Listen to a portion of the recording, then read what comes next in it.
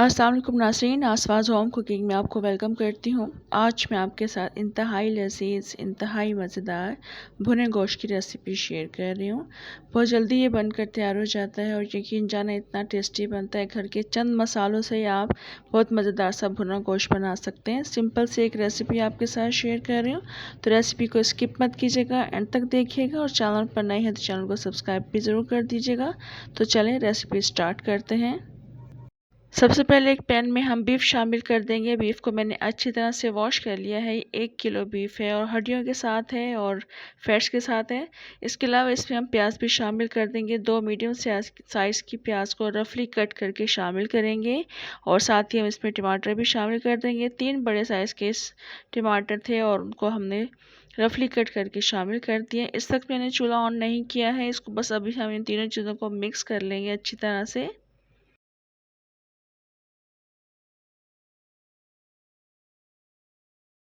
इसमें अब हम लहसुन का पेस्ट शामिल कर देंगे 1 टेबल स्पून, और अदरक का पेस्ट इसमें शामिल करेंगे 2 टेबल स्पून।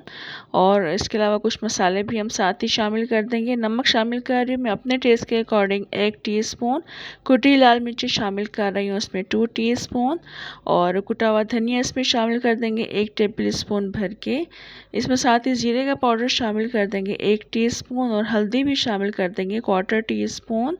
और इसमें ऑयल भी शामिल कर देंगे साथ ही 1/2 कप के बराबर। और तकरीबन 1 गिलास इसमें हम पानी शामिल कर देंगे। उसके बाद हम चूल्हा ऑन कर देंगे, उसको हम कुक होने के लिए छोड़ देंगे। कवर करके रख देंगे इसको थोड़ी देर के लिए, जब तक इस पानी में बॉयल नहीं आ जाता, गोश्त कुक होना शुरू नहीं हो जाता।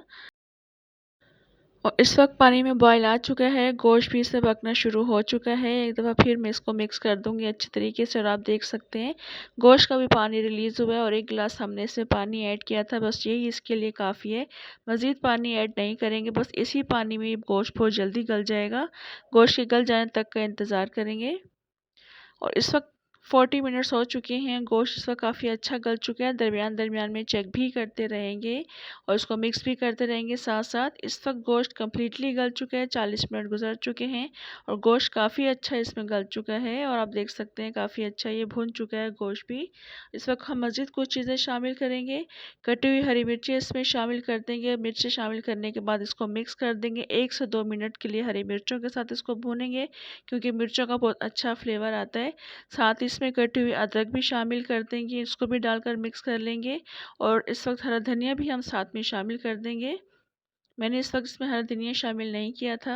इसके बाद इसमें पिसा हुआ गरम मसाला शामिल कर देंगे 1/2 टी स्पून। इसको भी डालकर मिक्स कर लेंगे और कवर करके रख दूंगी 2 से 3 मिनट के लिए। चूल्हा हम बंद कर देंगे। उसके बाद फिर हम इसको डिश आउट करेंगे। मगर उससे पहले मैं आपको चेक भी करवा देती हूँ गोश्त की सतह गल चुके हैं। आप देख लें कितनी टेंडर हो चुका है और बहुत जल्दी ये गल कर तैयार हो गया था। और काफ़ी अच्छा मज़ेदार सा ये भुना गोश्त बनकर तैयार हो चुका है। इस वक्त ये देख लें कि किस हद तक गोश्त गल चुके हैं, काफ़ी इजीली टूट रहा है। बस इस वक्त हम इसको डिश आउट करेंगे।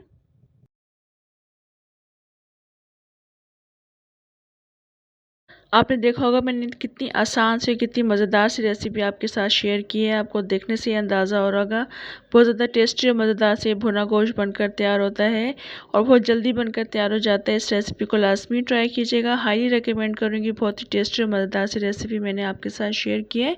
तो रेसिपी को आप भी शेयर कीजिएगा और कॉमेंट से बताइएगा रेसिपी आपको कैसी लगी। इंशाल्लाह नेक्स्ट मज़ेदार सी रेसिपी के साथ दोबारा आऊँगी। तब तक के लिए इजाज़त दें। अल्लाह हाफ़िज़।